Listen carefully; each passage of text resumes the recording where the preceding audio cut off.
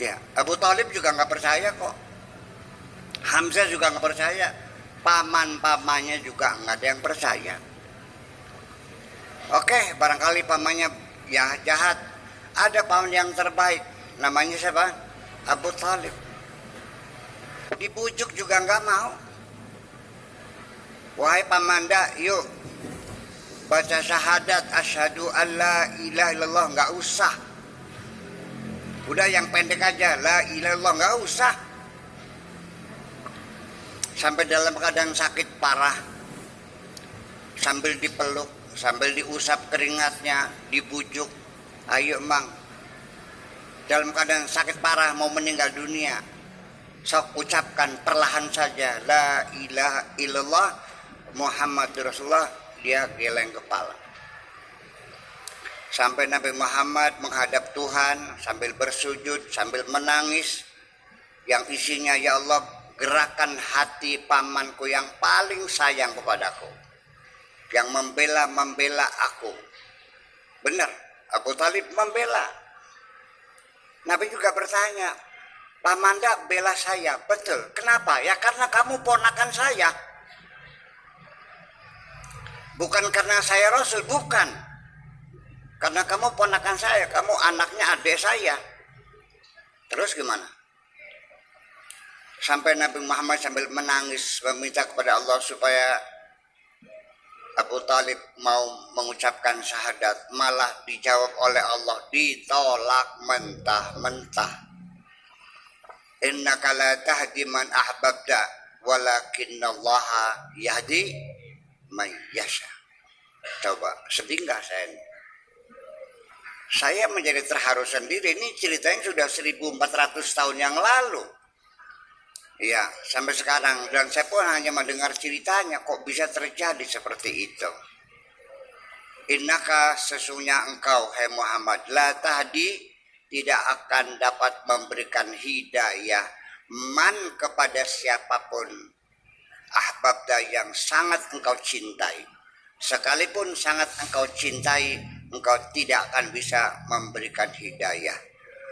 Walakinnallaha yahdi may yasha. Allah akan memberikan hidayahnya kepada siapapun yang dikehendakinya.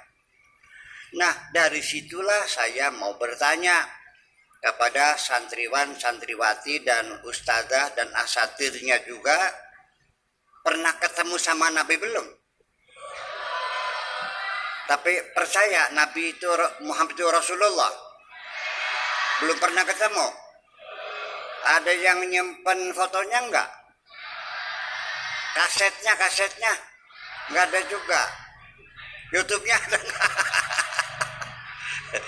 Tapi percaya. Mereka yang tidak percaya tidak masuk akal, kamu percaya juga tidak masuk akal. Lalu dari mana datangnya? Ketemu enggak? Pernah melihat Nabi membelah bulan? Enggak kan? Pernah dikasih minum susu oleh Nabi? Pernah dipeluk? Enggak ada kan? Tapi percaya.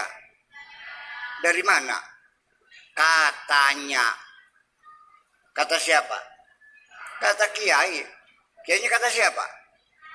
Kiai lagi. Kiainya kata siapa? Udah berapa ribu kiai dalam 1400 tahun lamanya. Nah, itulah makanya saya akan mengatakan bahwa kalian menjadi seorang muslim yang baik bukan karena hebatnya gurumu, bukan karena hebatnya aku, bukan hebatnya Ibu Nining, tapi karena hebatnya Allah memberikan hidayah kepada kamu semuanya. Alhamdulillah, nggak ada urusan.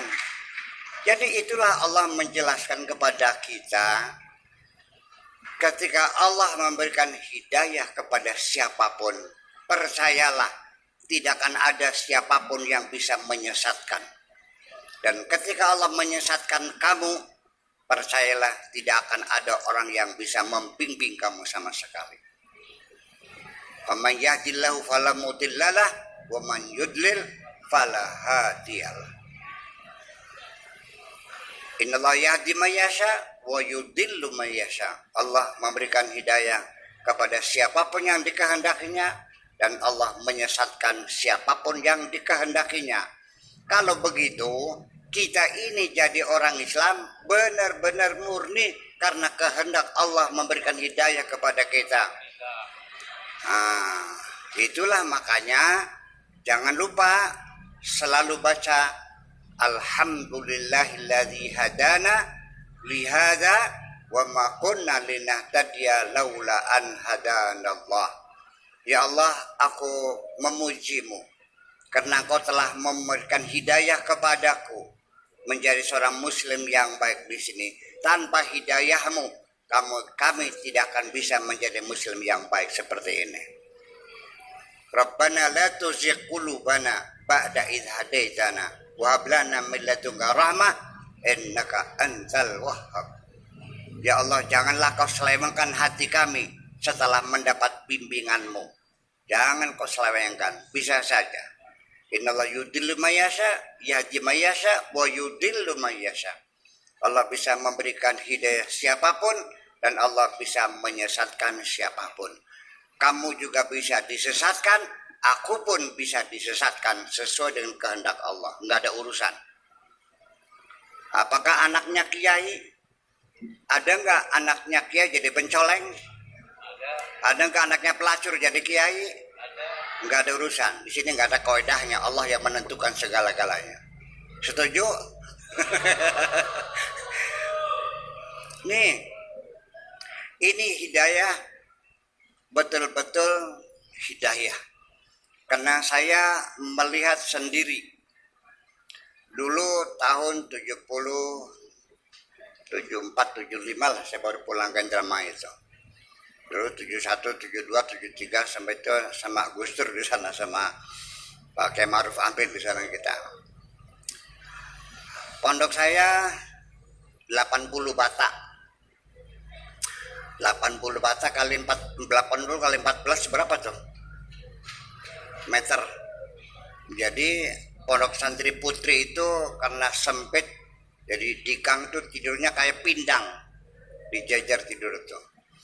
Sehingga setiap saya pulang ceramah itu masuknya dari pondok putri, itu melangkahi anak putri yang pada tidur sepanjang gang itu.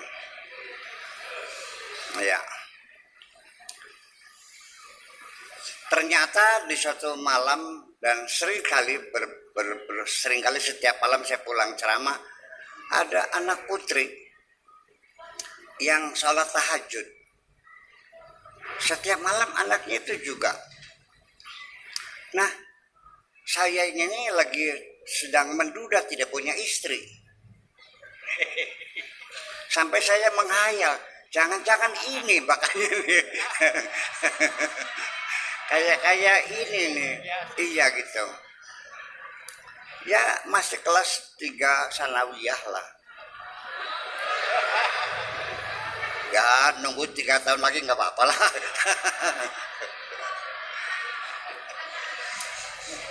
Yang sangat terharu sampai sekarang masih ingat, sudah 25 tahun yang lalu masih saya ingat. Ini anak santri yang tiap malam salat tahajud itu, ketika ada liburan dia permisi pulang dengan